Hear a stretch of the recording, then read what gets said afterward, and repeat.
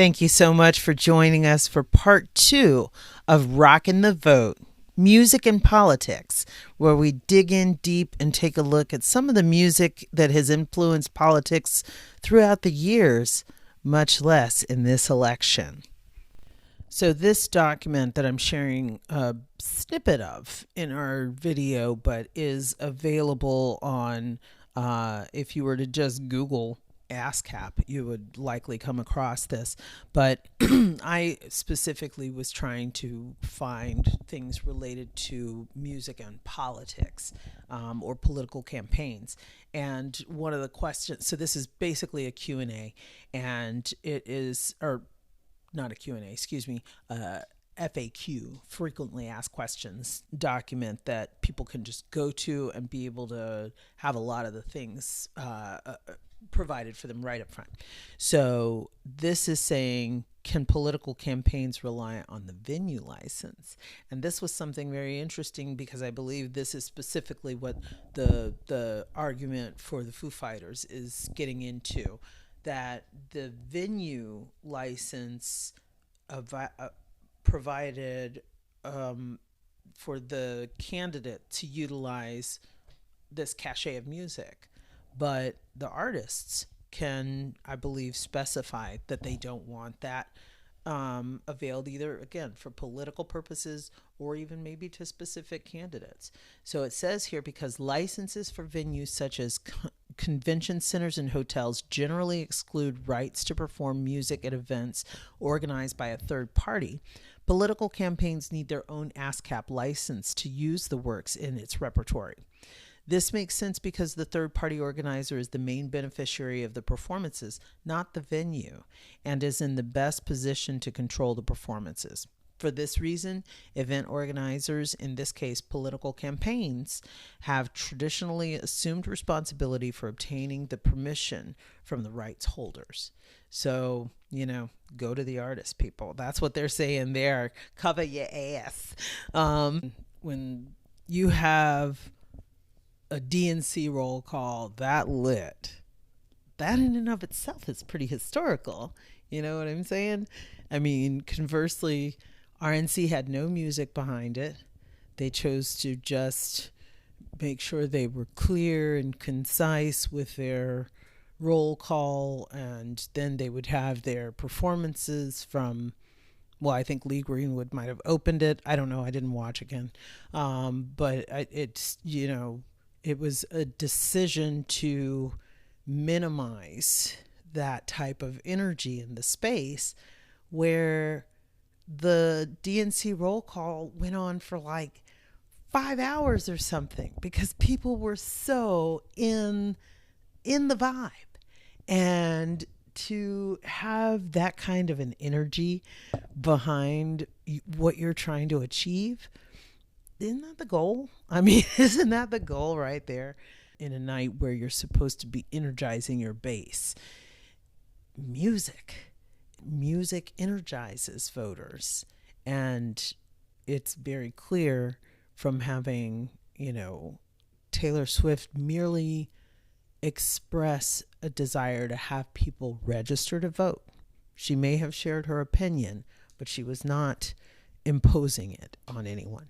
And that alone caused over 400,000 people to register to vote. That's incredible. And that's how you use your voice. That's what we've got. Unless you're actually going to put your ass in the seat and run for a position, in which case that's literally putting your money where your mouth is. So for the DNC roll call, I took some time to look up what the reason was, and this I think was provided by either Associated Press or NPR. The reason behind each state's choice of song. And, some of them were very, very obvious. Either the song title, like the choice for California, or the artist coming from that state, like with New York, having Jay-Z and Alicia Keys' Empire State. It's all in the name. But there were some that either the reason wasn't as clear, or there just wasn't even a reason. It was just a jam. But there were some really interesting ones out there that might have even given me a little head scratch moment. American Samoa chose Edge of Glory by Lady Gaga. For an unknown reason, they actually were not able to be reached for comment, and NPR determined that it was a nod to the fact that they are the southernmost territory. And so, we being the glory, they being on the edge. Then there was Arkansas. They chose Don't Stop Believin' by Fleetwood Mac because Bill Clinton was the governor of Arkansas and he's from there. And that was his 1992 campaign song. So they just kept that one rolling, which I get that. Connecticut and Delaware kind of talking about the oddities of Connecticut and Delaware's choices. Not odd for Delaware, really. They went with their boy Biden. He is from the state of Delaware, and his choice of using Whitney Houston's "Higher Love" was the 2020 campaign song for him. So it was an obvious go-to for them, but Connecticut chose to use Obama's go to, which was Signed, Sealed, Delivered by none other than Stevie Wonder. And, great song, don't get me wrong. It just, neither of these gentlemen is from the state of Connecticut. So, a little bit of a head scratcher on why they chose that, except that, great song, great guy. So, good on you. Some of the other oddities to enjoy. The Democrats Abroad song was Love Train by the OJs. If you're not familiar with that classic, that's people all over the world, join hands, get on the love train, love train. Grew up with that one in the house. So Illinois had Sirius by the Alan Parsons Project, which is what the Chicago Bulls walk out to. So totally makes sense that that would be the song of choice for the state of Illinois. Now, over in Wisconsin, I'm going to jump out of the alphabetical order that I'm in right now, and just because we're on the sports topic, but Wisconsin's choice is Jump Around by House of Pain, which their reasoning was because it's played at the University of Illinois, or excuse me, University of Wisconsin's football games to get everybody riled up. And I'm like, who doesn't? That's like every sports and every college university's go-to song for getting the crowd, amped up. So I just thought that was really interesting. That was their choice, but good on you. That's cool. So, what else do we have there? The state of Iowa chose Celebrate by Kool and the Gang because it's a classic party anthem and you can't go wrong. Now, Maine was like, shut up and dance. So I'm like, okay. But Maryland had none other than the Queen of Soul herself, Miss Aretha Franklin, that they chose in lieu of apparently a great list of people that are actually from Maryland. But, you cannot go wrong with Miss Aretha Franklin. After all, she sang at Obama's first inauguration in '09. And, who will ever forget Aretha's hat? That thing was phenomenal with the giant bow. It was something. But at any rate, we have in Montana American Woman by Lenny Kravitz, getting into the theme of the night, speaking to the woman herself. Nebraska chose Firework by Katy Perry. New Hampshire, Don't Stop Believin' by Journey, all for the same reasons. It was in that theme. It kept the vibe going. Alicia Keys' Girl on Fire for North Dakota. Rhode Island, however, said, we're going a different route. We're going to go use Shake It Off by Taylor Swift, who just happens to be own the most expensive house in Rhode Island. I was like, okay, so if you're our highest paying taxpayer, you will get we'll use your song for our state in the roll call. That's pretty funny. And then you had I Got a Feeling by the Black Eyed Peas coming from Wyoming, which again kept that vibe going. Everybody was amped. The one I skipped again in alphabetical order because this one, folks, it literally blew my mind, was West Virginia. And that was none other than John Denver's Take Me Home, which, classic. It's right in there. Take me home, country roads, to the place where I belong. And I literally always, I've sang that song in elementary school. I loved John Denver. I never knew he was from Nevada. He's not even from West Virginia. He is from Nevada. So definitely, right? But there you have it, folks. A whole array of reasons behind it, but that was one jammin' roll call for the DNC. You gotta admit it. You gotta get out. There's just so much to cover and discuss in this whole topic of music and politics, especially with regards to this particular race, these particular candidates. It has been something, right? But one of the things that I would love to share with you guys, because I just came across it in doing, excuse me, in doing the research today, was a national live stream music event that was held on the National Voter Registration Day.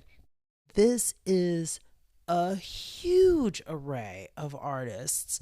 And just, there's a little something for everyone here. It's almost like looking at a festival schedule and seeing, or a festival lineup, and seeing who you're going to be getting into for the weekend.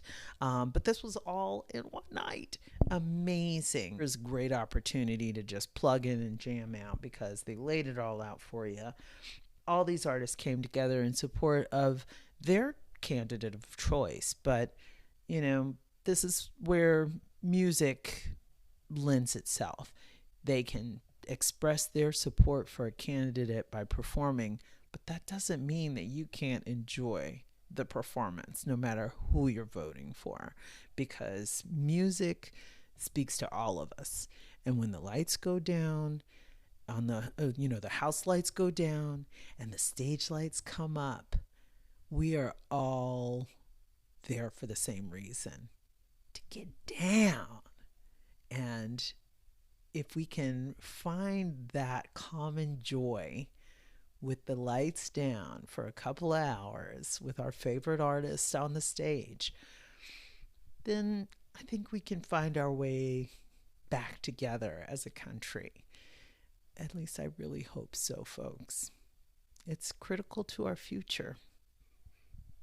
It's critical to our country.